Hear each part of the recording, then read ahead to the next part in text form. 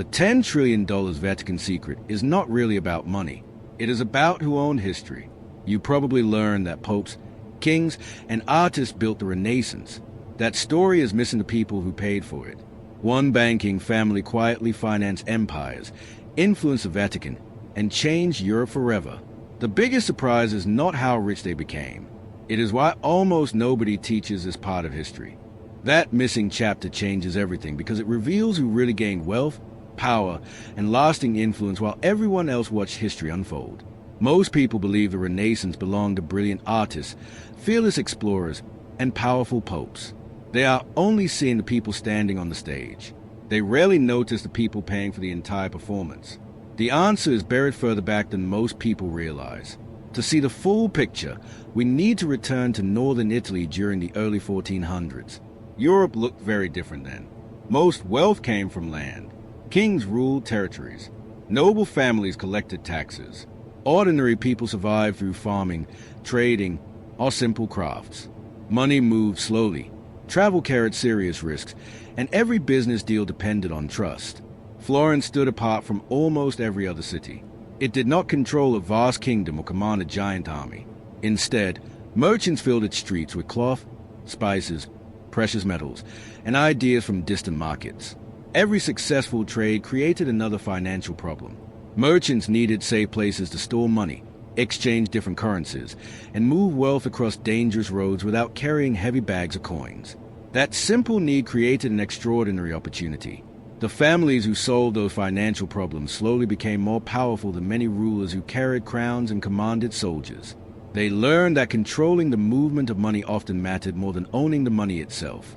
Think about a modern bank for a moment. Most people imagine a building that protects savings. Renaissance banks served a much larger purpose. They connected cities, financed trade, issued credit, converted currencies, and kept detailed records that merchants trusted. Without those services, commerce slowed, government struggled, and ambitious projects simply stopped.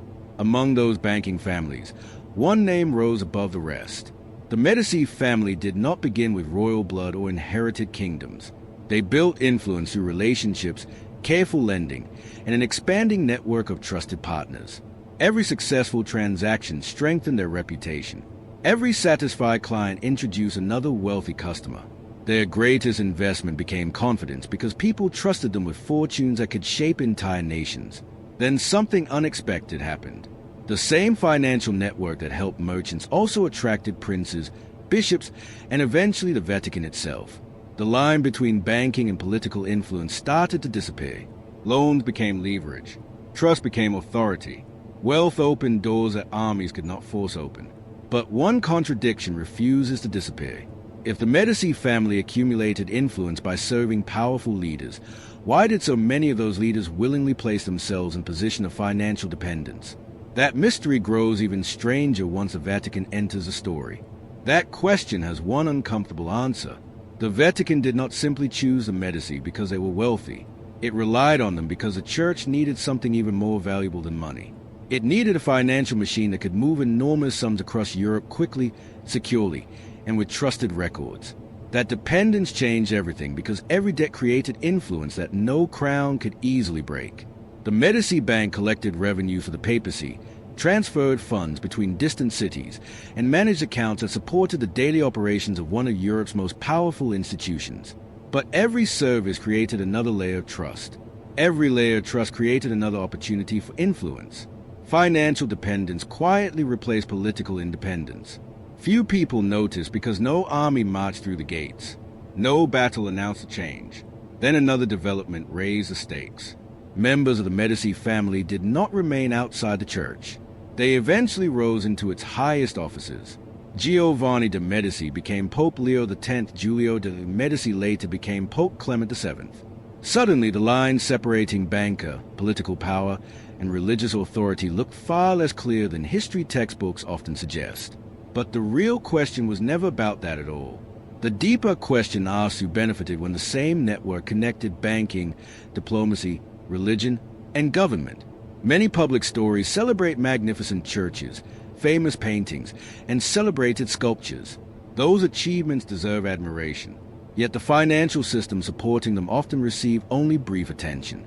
Account books, correspondence, and banking records rarely become classroom legends, even though they reveal how influence traveled across Europe long before modern corporations or central banks existed. One surviving collection of Medici business records shows detailed transactions stretching across multiple commercial centers. Those records demonstrate disciplined financial management rather than reckless spending.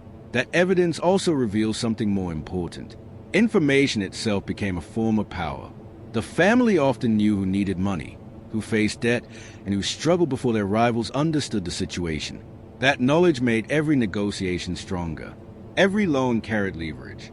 Every favor created another obligation. Every obligation expanded the network. The pace accelerated. The influence deepened. The risks multiplied. Then the foundation began to crack. Rival banking families grew stronger. Political alliances shifted. Wars disrupted trade. Powerful enemies watched every Medici move. The greatest financial network in Europe suddenly faced threats that money alone could not contain. What happened next would determine whether their empire survived or collapsed forever. Here is the missing piece. The Medici family never needed to own the Vatican. They gained influence because powerful institutions depended on their financial network. Whoever controlled the money flow shaped the decisions. That was the real empire. We can now answer every mystery. The Vatican trusted the Medici because their banking system collected papal revenues, transferred funds across Europe, and kept reliable financial records. That trust created influence. Influence opened doors. Those doors reached the highest offices. Then the boundaries disappeared. Giovanni de' Medici became Pope Leo X. Giulio de' Medici became Pope Clement VII. The same family now stood inside both financial and religious power. That combination transformed private wealth into public authority. One fact proves the scale.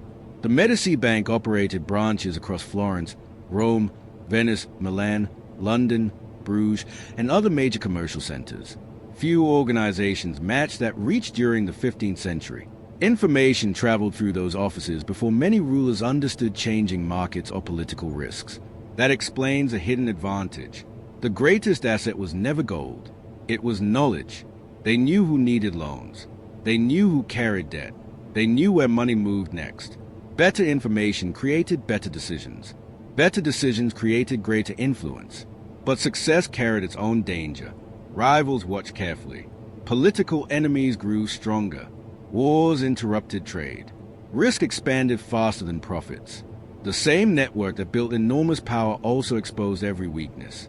When confidence fell, the system weakened. Banking depends on trust. Once trust breaks, wealth follows. That is why the legendary $10 trillion figure misses the real lesson.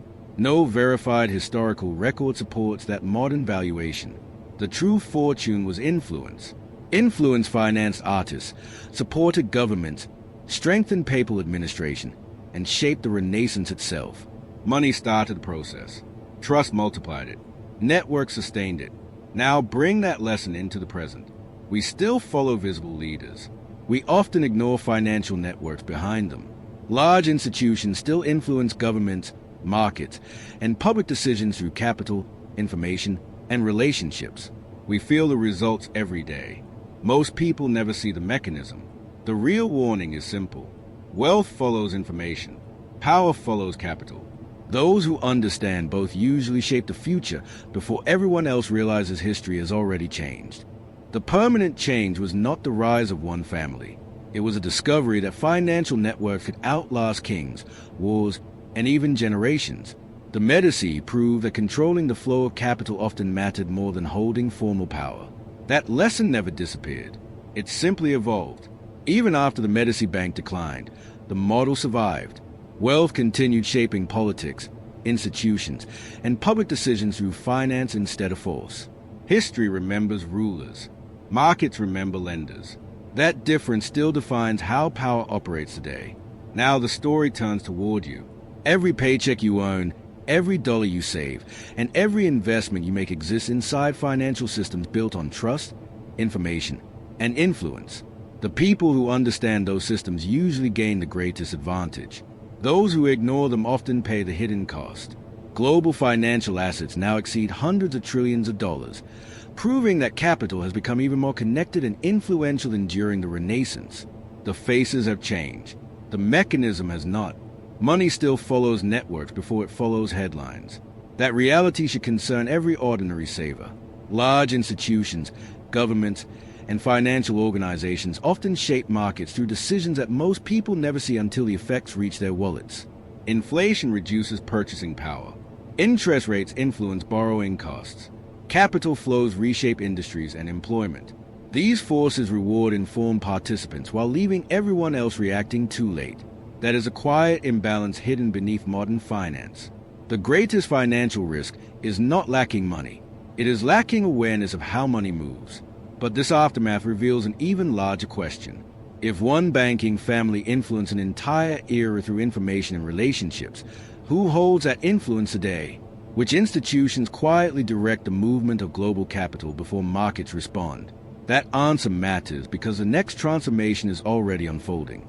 The people who recognize it early may protect and grow their wealth.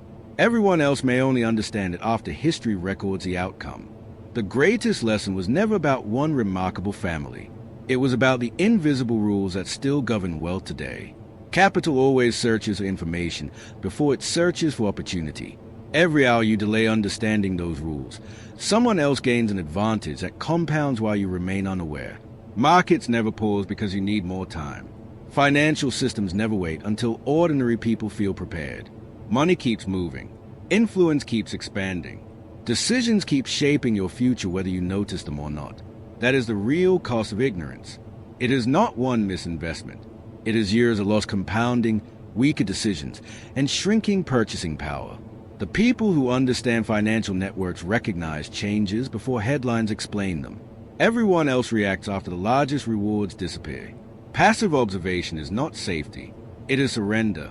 Every major shift creates winners and losers long before the public understands the rules. Your greatest financial asset is no longer capital alone. It is awareness.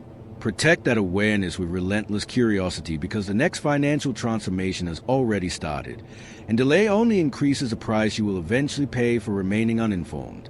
Keep following the money because every hidden network leaves another trail worth investigating carefully. The next investigation exposes another financial system that shaped modern wealth while remaining almost invisible to ordinary people. Powerful institutions benefit when these connections stay hidden. Without that missing layer, your understanding remains incomplete and your financial decisions remain vulnerable. The next secret begins with one simple question. Who truly controls the flow of money after the bankers disappear from public view?